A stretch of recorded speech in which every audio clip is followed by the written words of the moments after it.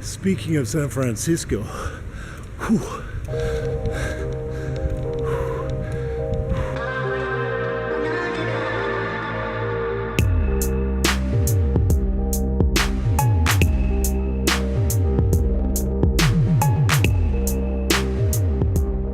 This is one of the other tips, one of the investment properties that we're currently renovating. We've got the team getting involved in putting some of the rocks that they found on the weekend at the river next to the finca. What are you thinking with this one? Okay, I like this one very much because it has the shape of a guitar pick. A guitar pick, a little bit of a musical touch. I don't know if I'm much of a musician, but I like it a lot. There you go. We'll see how long it lasts before someone takes it out and uses it as a guitar pick. You're right. You're right. You know, it's hard for me not to do it myself. What are you thinking? ¿Qué iba a decir de ella? Parece un personaje de una película de Tim Burton. Muy nice.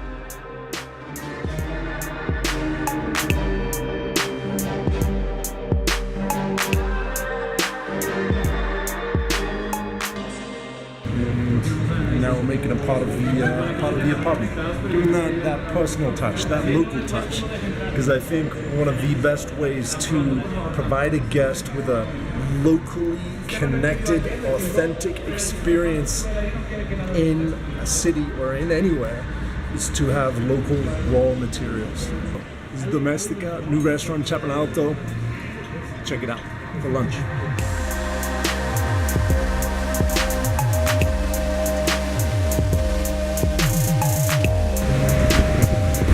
So I spent the morning with investors talking about Bogota, what's happening here. I think after 7 years, I'm starting to tell the story of Bogota a lot more simply. Bogota is being reborn in this moment. Every day I'm meeting more and more people who get it. Now I'm heading down to Parkway to meet with Patricia. She was the lady from San Francisco that I bumped into on the street a few days ago. So let's go see what's going on in Parkway. One thing I like about Parkway is that the mayor has put in bike lanes not only in Parkway but coming down from Centro Internacional. So it means you can be living in Parkway and be inside Candelaria Centro within 10 or 15 minutes on the bike. Parkway has always been a creative area, and right now I'd say it's dominated by writers, artists, hipsters, people setting up coffee shops, breweries. Parkway is the heart of the greater area of Tusaquijo.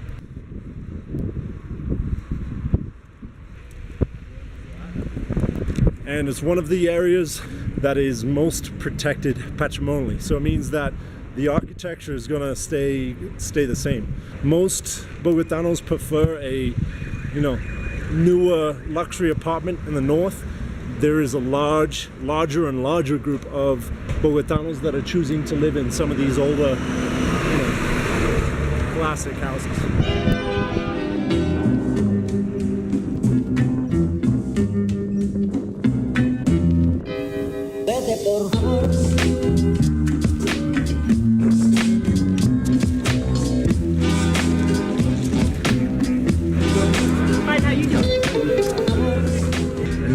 Right now there's 9,000 people a day for the next 18 years retiring and considering places to stay. So that's that baby boom generation that's getting ready to retire now. Yeah. Social Security doesn't give me, I've worked all my life, it doesn't give me enough money for a lifestyle. Yes. I'm not going to just live and sustain myself when I'm not ready to sit in the rocking chair on the front porch. Yeah.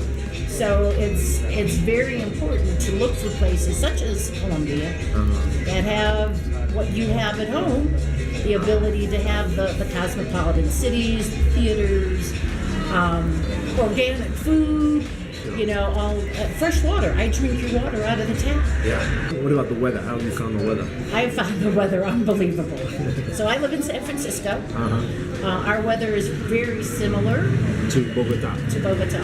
And so we don't get real cold. Normally we don't get really hot, but with climate change, that's changing.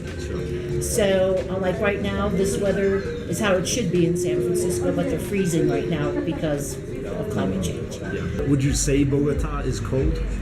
No, not at all. All right. I wear this at home. All right. Okay. There you go. Okay. Yeah, I wear this at home. So it's, it's keep you warm or keep you cool kind of thing. In other cities that you will find, like in Ecuador or other South American countries, they're already too established and they don't have the opportunity for you to become part of the charm of what's happening.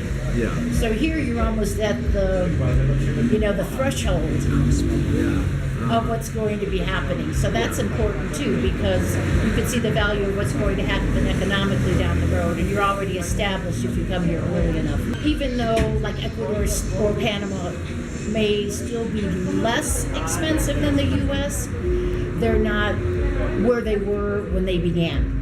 Yeah. So, Colombia is right on the threshold, because if you get here within, I think, the next 3 to 5 years, you'll have heaven on earth. Absolute heaven on earth. And plus, you have all the different types of areas to go to. And, like somebody coming from New York or Chicago, they're probably going to run to Cali and the ocean and the tropical. Because they freeze all the time, so that's going to be what's going to draw them, just like what was drawing them to Florida. Yeah. But Florida's getting just as expensive as New York or San Francisco. So there's got to be another answer for them. Okay. And it's close. It's not that far from the States. Absolutely. A 9-hour flight, people could visit me. Yeah. What 3 words would you use to describe Bogota? Easy, friendly, and very comfortable. Very comfortable. I'm here alone. So I'm walking the streets, I'm going out at dark. I mean, I don't stay out too late, but I'm comfortable. Speaking of San Francisco, how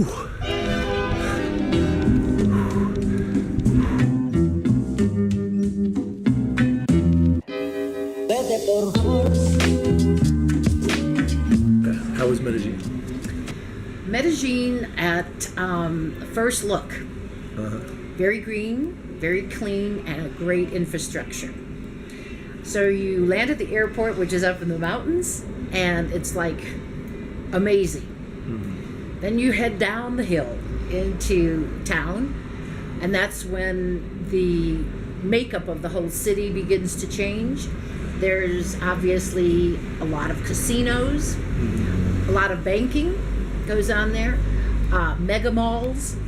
So old farms that were down in the valley have been bought up, torn down, whatever the case may be, and all these, and I'm saying mega malls. I haven't seen them all that big in my life.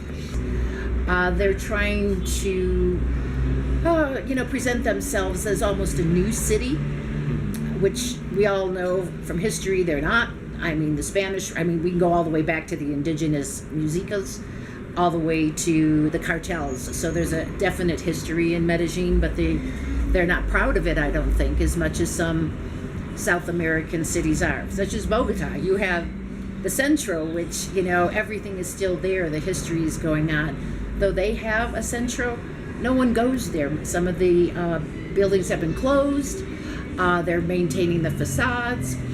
The only comparison that's the same between the cities is Botero. So you get all his art in either city. Sure. More sculptures, though, in Medellin than here. But you still have that humorous feeling when you look at those things. So that, as soon as I saw one of those, I felt very comfortable.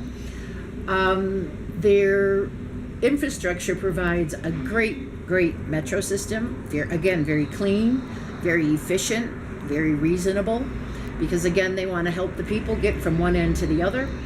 So they tend to be a little more, I think, concerned about the lower class people being able to go ahead and realize some of the benefits of living in Medellin. So that's why they keep some of the charges down, or they'll even charge less for certain people. There's still a a questionable element that moves within Medellin undercover, so to say. But it's there. It's obvious if you are looking for it. So there's more homeless there than I've seen here in Bogota, which I found interesting. Did you see a difference in the amount of foreigners there? There were a lot of Americans in technology, because sitting in restaurants I could overhear conversations going on. Or a lot of, there were 2 women at the hotel who were in real estate from New York, and they were there looking at property and stuff. So I'm sure as time goes on it's going to be more attractive, but not to live in the Medellin Valley, but to live up in the hills where all the building is going on, where all the people seem to be nicer up there. Where have you been before? Where have you considered, there's some hot spots out there that have been, regarded as great places to live and retire. How is Colombia comparing to those places? Where have you been? Well, I was in Panama before I came here. Panama, to me, again, I was in the centro, the old part, lovely, loved it. The new part, where everybody goes and lives, couldn't do it. It's just a glass city, towers, steel, and glass. That's not what I'm looking for. Prior to this trip, though, I have been in many places in South America. I've been throughout Ecuador, which is a hotbed. Ecuador has a lot to offer. But there's just something here in Bogota that I haven't experienced anywhere else. So being here is like home to me all of a sudden. Even my friends are saying, you look different, because I'm so relaxed and I'm so comfortable, and I'm not afraid to walk the streets. Yesterday I walked from Calle 53 up to 100 and back, and it was pleasant. People are smiling and having, their coffee or whatever.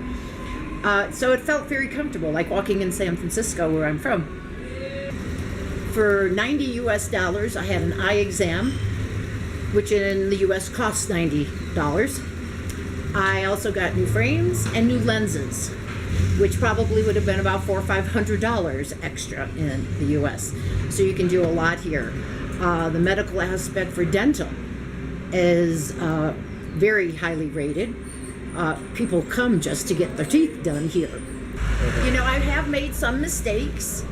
At the airport, coming back from Medellin, I ordered queso nachos.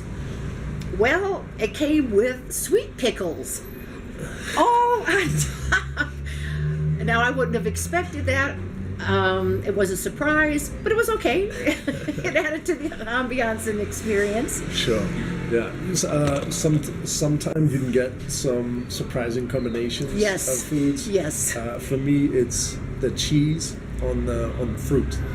Oh, or the fruit in the cheese. I had one of those quesos once, and yeah. It wasn't very pleasant. Yeah, I remember the first time I got a fruit salad with mozzarella cheese on it. I was pretty confused. Yes. But then I saw the pizza with fruit on it. I was like, okay, I'm starting to see a pattern here. Yes, yeah. Fruit is very big here. Yeah. A lot of, and your fruits. Definitely. Your fruits and vegetables are organic, or you have supplies for organic fruits and vegetables. I find the prices in the grocery store very, very reasonable. I've been eating like a queen, and I'm not spending hardly any money. So, and I do buy all the fruits and vegetables I need to make my juices in the morning. So I've been stopping at the organic juice places almost on a regular basis, having either my kale or my fruit. So there's everything you could possibly want here. And I haven't experienced the yoga centers, but I met a woman who is into Reiki, energy movement, and there's a whole community here that is in and around that. So on my trip back, I'm going to try to interface more with that community. Then there's places like Belize. Well, I don't want to dive all day long. There's got to be some other type of culture available in the city. I would not live in Costa Rica. Costa Rica to me is more of a vacation. Because you've been to all of the popular places. Yes, like Cuenca, Ecuador, Panama. Yeah. So Bogota to me would be number one on my list, unless something really happened with a tour of Medellin that I didn't see. But if I was going, no, I am moving. So when I do move, and it'll be here first to Bogota. Okay. Yeah. Very cool. Yeah. And I haven't made you say that. No, you haven't. I was not paid. Okay. And so what's next on the Colombia to-do list? Well, come back is what's next. Yeah. Yeah, because right now, I'm leaving Saturday, and I'm leaving actually kind of sad. I really, part of me doesn't want to go, but there's things I need to do in San Francisco in order to let that go. So all the things that I thought I needed and kept when I sold my condo and put, all the things I put in storage, I now realize I don't need them.